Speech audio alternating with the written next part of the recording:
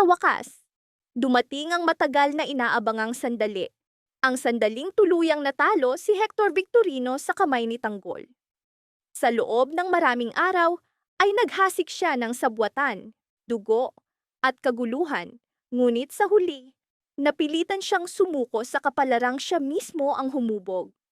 Si Miguel ay dumanas din ng kaparusahan sa kanyang mga ginawa at ganoon din si Roberto. Sa pagmasid sa lahat ng naganap, naging malinaw, walang tunay na nagwagi.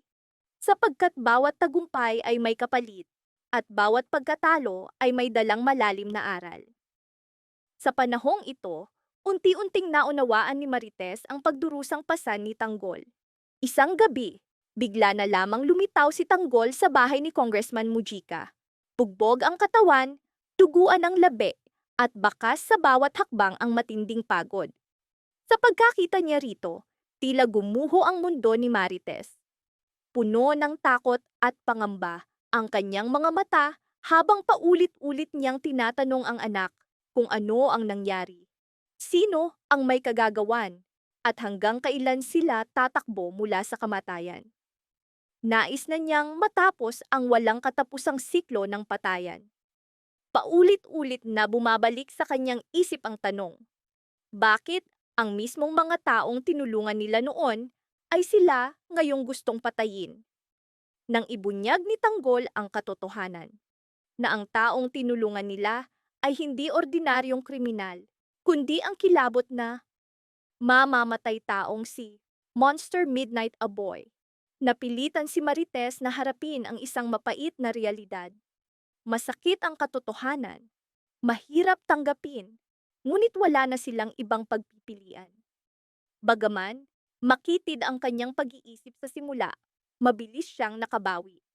Tinulungan niya si Tanggol. Pinaupo, nilinis ang mga sugat, at binigyan ng malinis na damit. Nasa tabi rin niya si Tindeng, inaalagaan siya na parang manggagamot. Hindi lamang ang sugatang katawan, kundi pati ang pagod at nagngangalit niyang puso. Unti-unting nabura ang dugo, ngunit nanatili ang bigat sa kanyang dibdib. Samantala, naglalakad si Pungay, hindi alam na sinusundan na pala siya ni Hector Victorino.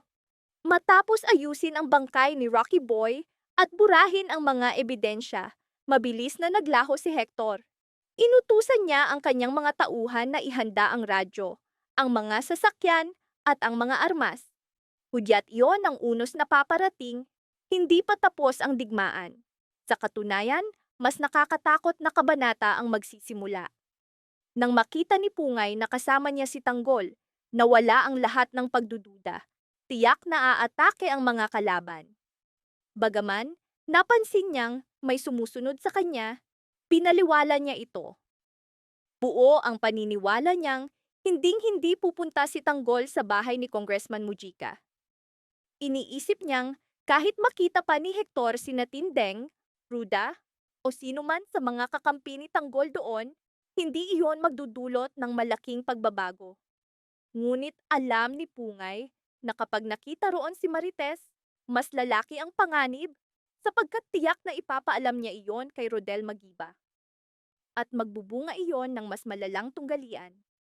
Habang naglalakad, lalo pang tumibay ang kutob ni Pungay na si Hector Victorino nga ang sumusunod sa kanya. Gayunman, nagpatuloy siya. Pagdating sa bahay ni Congressman Mujica, siya ang unang pumasok at nagulat nang marinig ang tinig ni Tanggol sa loob. Nabigla siya at agad na nagtanong kung bakit sila naroon. Nang marinig ni Hector Victorino ang pangalan ni Tanggol, agad niyang ipinaalam sa pulisya. Kumpirmado ang kanyang hinala. Naroon nga si Tanggol. Mabilis na inutusan ni Hector Victorino ang mga pulis na harangan ang lahat ng kalsada. Walang sino man ang dapat makatakas. Nagsimulang magposisyon ang mga opisyal at nagmamadaling tumakbo si Pungay upang balaan si Tanggol at humingi ng paumanhin. Nanlaki ang mga mata ni Ramon sa tindi ng panganib. Matatag ang kanyang pasya. Hindi na sila maaaring manatili roon. Kahit gaano pa kahalaga sa kanila sina Marites o Congressman Mujica, kailangan nilang tumakas kahit iwan pa ang mga ito. Nagmadali ang lahat papasok sa sasakyan. Inutusan ni Tanggol si Dolpo na magpatakbo ng mabilis. Umugong ang makina at sa likuran nila ay nagsimula ang habulan ng mga sasakyang pulis. Sinabihan ni Tanggol ang lahat na maging handa, ngunit tila sinilyuhan na ng kapalaran ang bawat daan. Kaliwa, kanan, likod, lahat ay barado. Napalibutan sila ng mga sasakyang pulis. Mula sa kanyang sasakyan, bumaba si Hector Victorino at buong kayabangan na sumigaw kay Tanggol. Hudyat ng isang banggaang hindi na maiiwasan. Habang pilit pinasusuko ni Hector Victorino si Tanggol at tinatakot pa ng kamatayan, iisa lamang ang malinaw sa isip ni Tanggol. Hindi sila maaaring mahuli ng buhay. Alam niya, ang kapalarang naghihintay sa kanila, kaya ibinigay niya ang utos. Lumaban. Agad na sumabog ang putukan. Umalingaw-ngaw ang armas ni Bulldog at ang baril ni Thanos, naglalabas ng mga pagsabog at nagpapatumba ng mga kalaban isa-isa. Sa gitna ng putukan, bumagsak si Hector Victorino sa lupa. Hindi na mamalayang nasa harapan na mismo niya si Tanggol. Sa tindi ng sagupaan, inutusan ni Tanggol ang kanyang amang si Ramon na sumama sa iba at humanap ng sasakyan. Sandaling iyon na ang bawat desisyon ay maaaring magdala ng buhay o kamatayan. Bawat tibok ng puso ay parang panalangin na sana hindi iyon ang huling gabi ng kanilang pakikipaglaban. Nasa bingit sila ng kamatayan. Isang iglap lamang ang magtatakda kung makakatakas ba sila sa madugong labanan. Ramdam ng bawat kasama ni Tanggol ang bigat ng hangin, ang amoy ng pulbura, at ang walang tigil na putukan na pumupunit sa katahimikan ng gabi. Dahil sa takot at pagnanais mabuhay, nagsimula silang tumakbo. Hinahabol ang kahit maliit na pag-asa ng pagtakas. At kahit tumatakbo, nagpapaputok pa rin sila pabalik at sa bawat putok ay may bumabagsak. Si Tanggol, bagaman sugatan at halos hindi makagalaw sa sakit, ay biglang huminto. Matatag ang kanyang isip. Paulit-ulit niyang sinasabi sa sarili na susunod lamang siya, ngunit alam niyang hindi iyon totoo. Kailangan niyang harapin ang mga kalaban. Kailangan niyang maiwan kahit kapalit ang sariling buhay upang makaligtas ang kanyang mga kasama.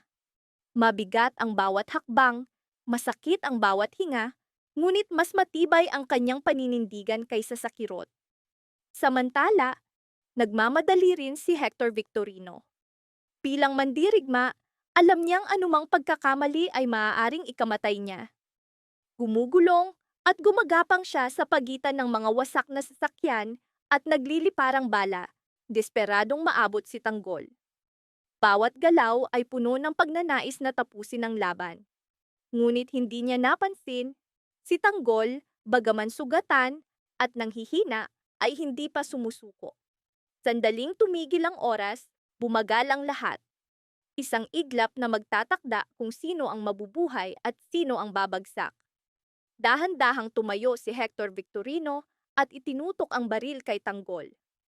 Ngunit sa mismong sandaling iyon, biglang lumitaw si Tanggol mula sa gilid. Naglalagablab ang kanyang mga mata sa galit at paninindigan. Para bang humugot siya ng lakas mula sa kaibuturan ng kanyang kaluluwa. Walang pag-aalinlangan, itinutok niya ang baril kay Hector Victorino. Isang putok ang bumasag sa katahimikan ng gabi. Sa isang iglap, bumagsak si Hector Victorino sa lupa. Nawala ang lakas ng kanyang katawan sa loob lamang ng isang tibok. Dahan-dahang lumapit si Tanggol. Mabigat ang bawat hakbang, puno ng galit at tapang.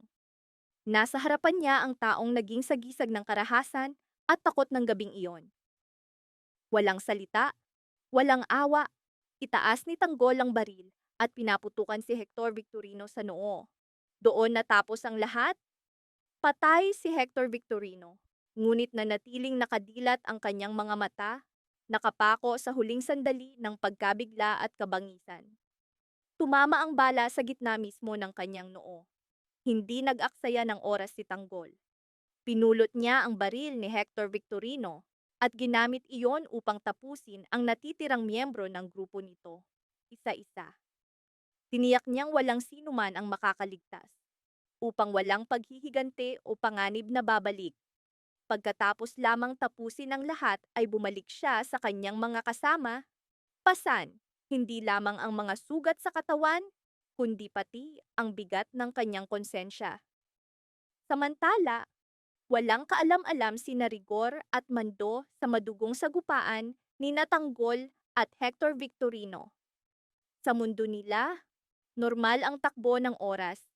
Hindi nila alam kung gaano karaming dugo ang dumanak sa mga kalsada. Kinaumagahan lamang nila nalaman ang lahat ng dumating si Pungay nang nagmamadali.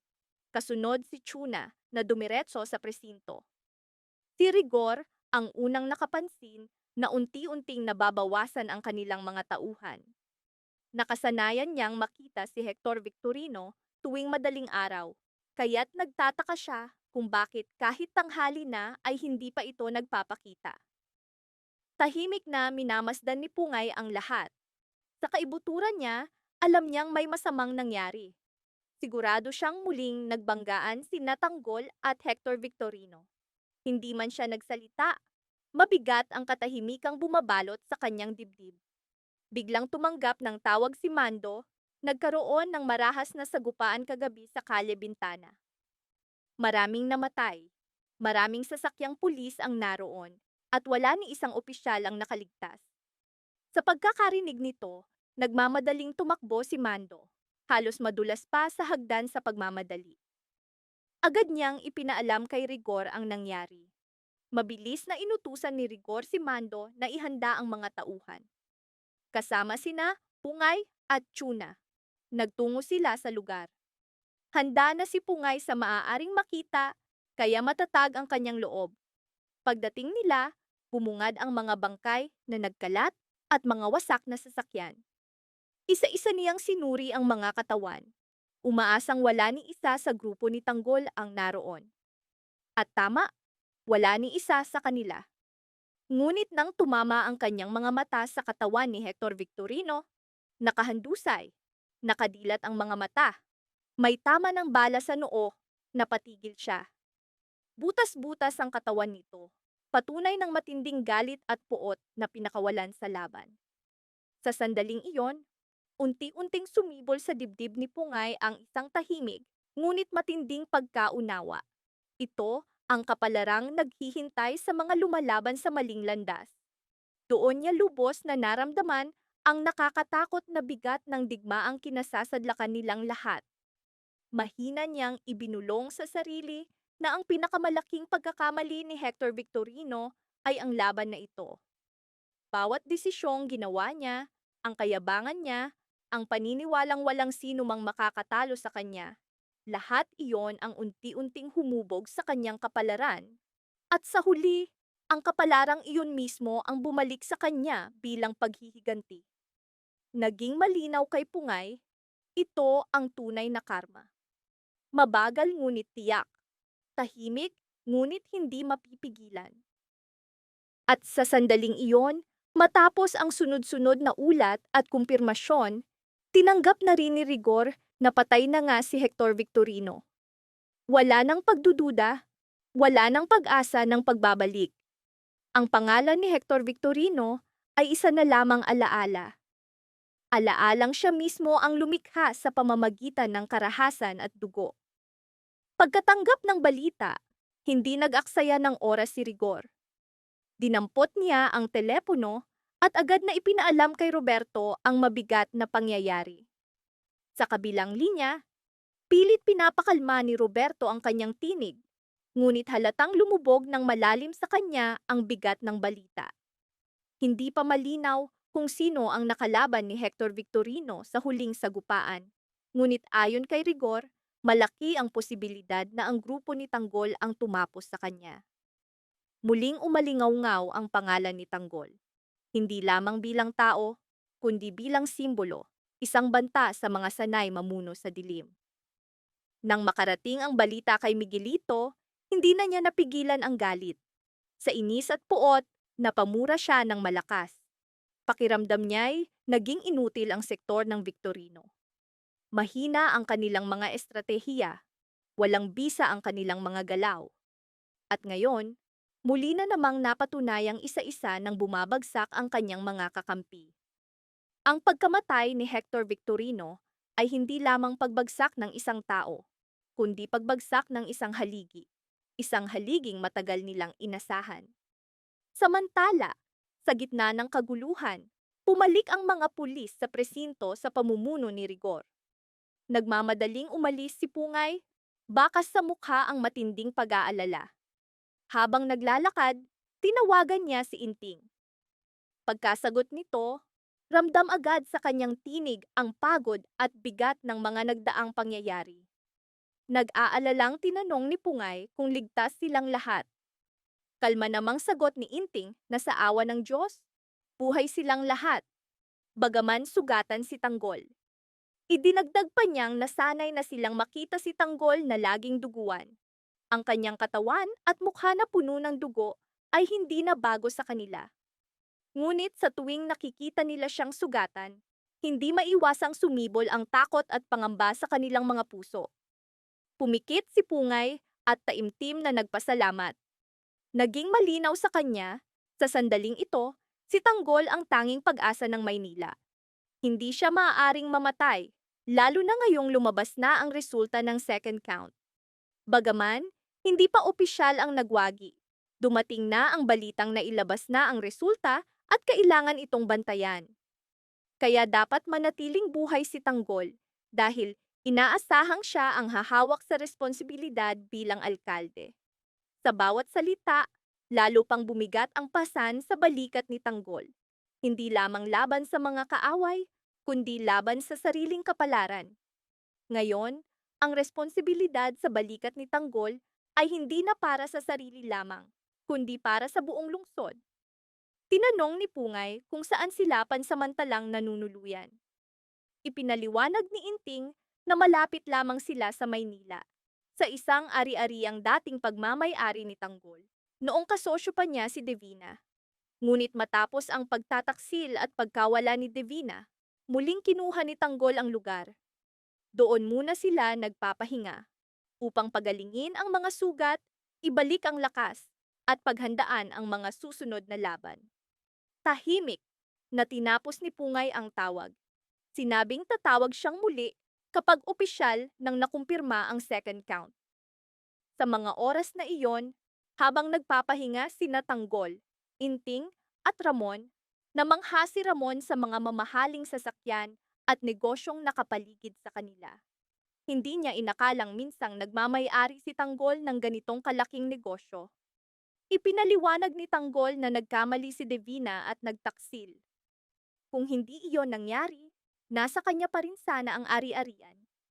Ngayon, ginagamit nila ito bilang kanlungan dahil kailangan nilang mabilis na magplano ng susunod na hakbang laban sa mga gerilya.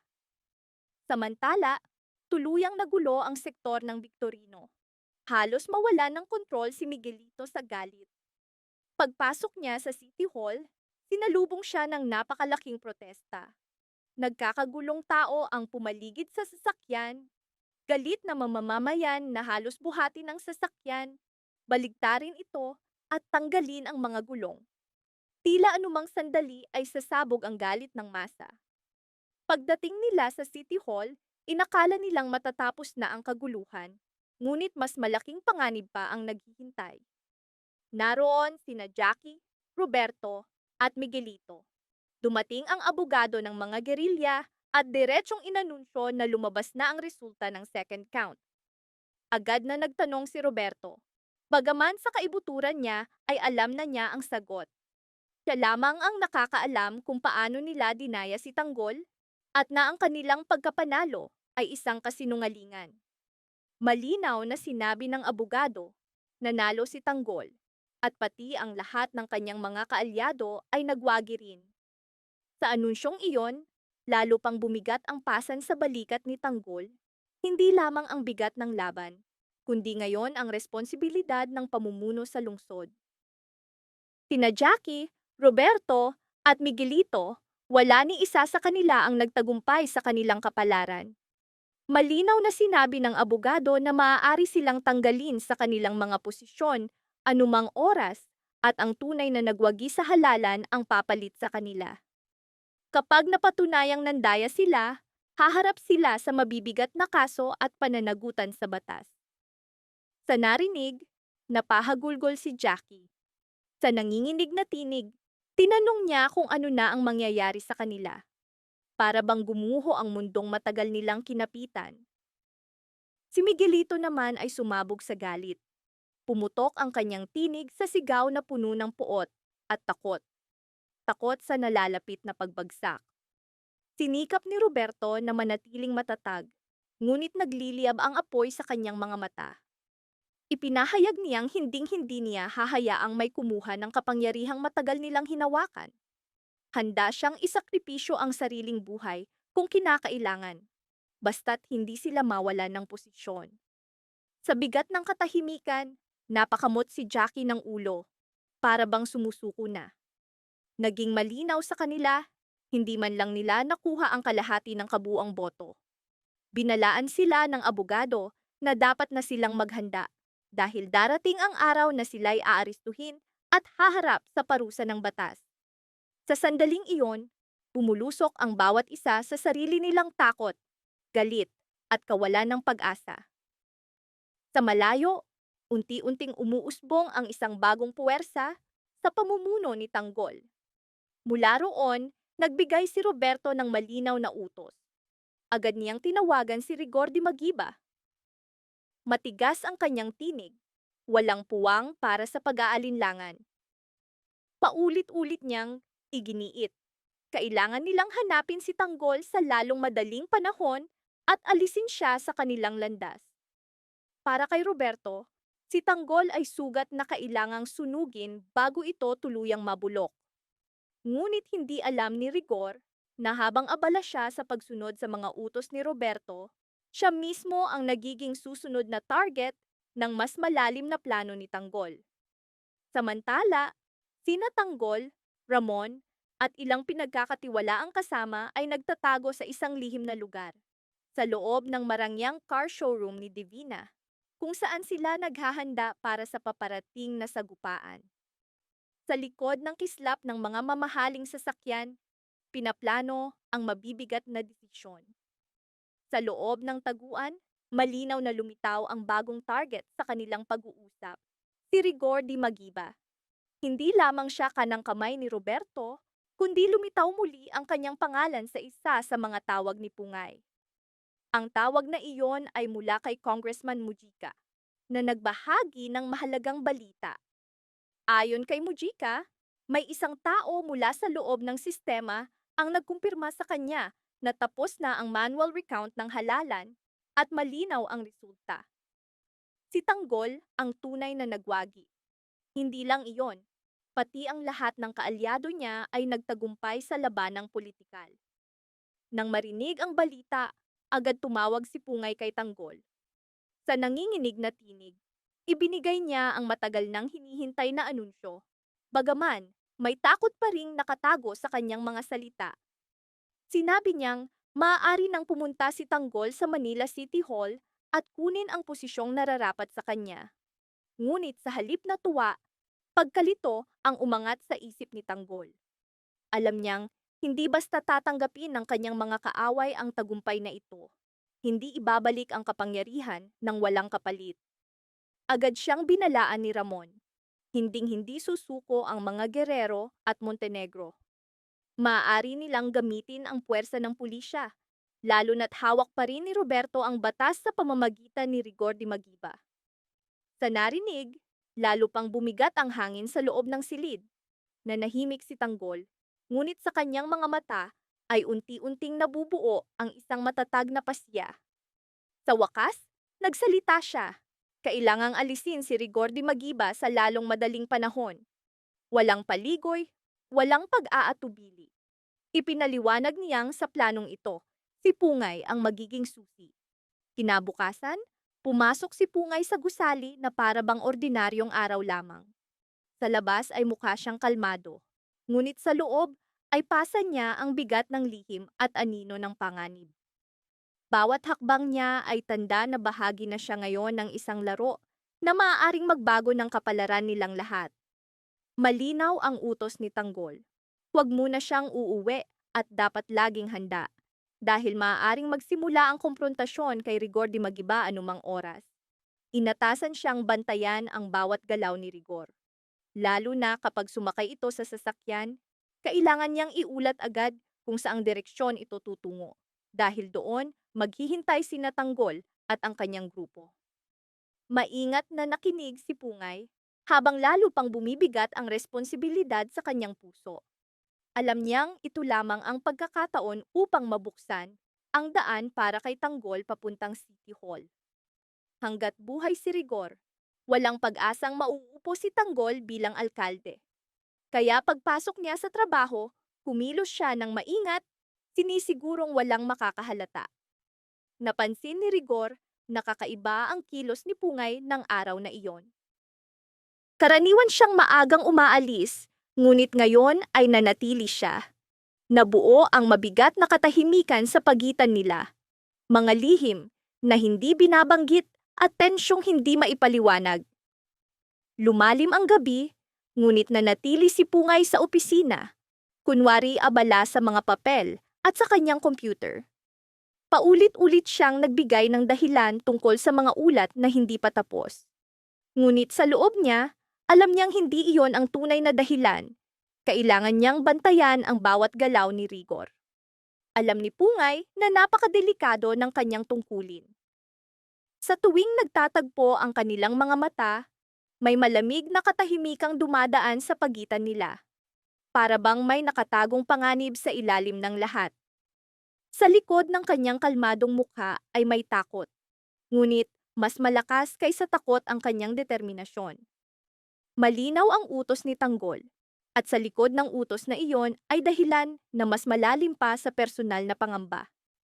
Nasa likod niya si Tanggol at wala nang pag-urong sa misyon. Eksaktong 6:00 ng gabi, lumabas si Rigor ng gusali. Malinaw na narinig ni Pungay ang tunog ng kanyang mga yapak. Nang makita niyang sumakay ito sa sasakyan, agad siyang tumindig. Nanginginig ang mga kamay niyang dinampot ang telepono at mabilis na nagulat, umalis na si Rigor at papalayo na. Sa sandaling iyon, tuluyan nang binitawan ni Pungay ang anumang pag-aalinlangan, alam niyang wala nang atrasan. Sa kabilang linya, tahimik na nakinig si Tanggol. Matatalim ang kanyang mga mata at ang isip niya ay nakatuon lamang sa plano. Matagal na niyang pinaghandaan ang gabing ito. Malinaw ang kanyang layunin. Harapin si Rigor sa isang liblib na lugar, kung saan walang tao at walang makakakita. Sa bawat hakbang, pasan ni Tanggol ang mga sugat ng nakaraan, ang mga taong nawala, at ang paniniwalang ito lamang ang paraan upang matapos ang lahat. Nagmamaneho si Rigor ng normal. Walang kamalay-malay na sinusundan siya.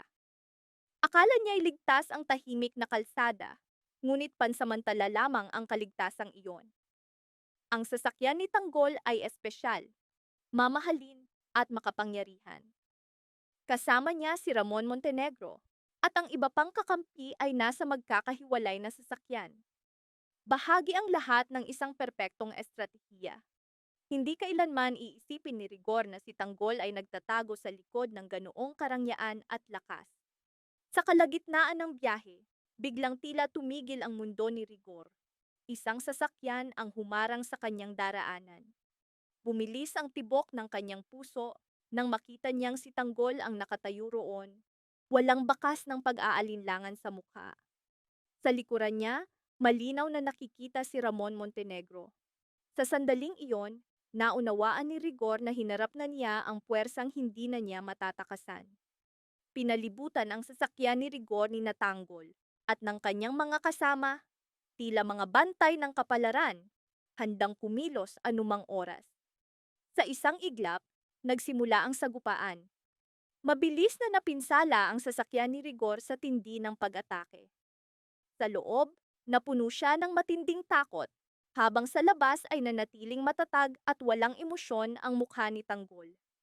Para kay Tanggol, hindi lamang ito isang paglusob, Ito ay pagharap sa mga anino ng kanyang nakaraan. Pinuksan ni Tanggol ang pinto ng sasakyan.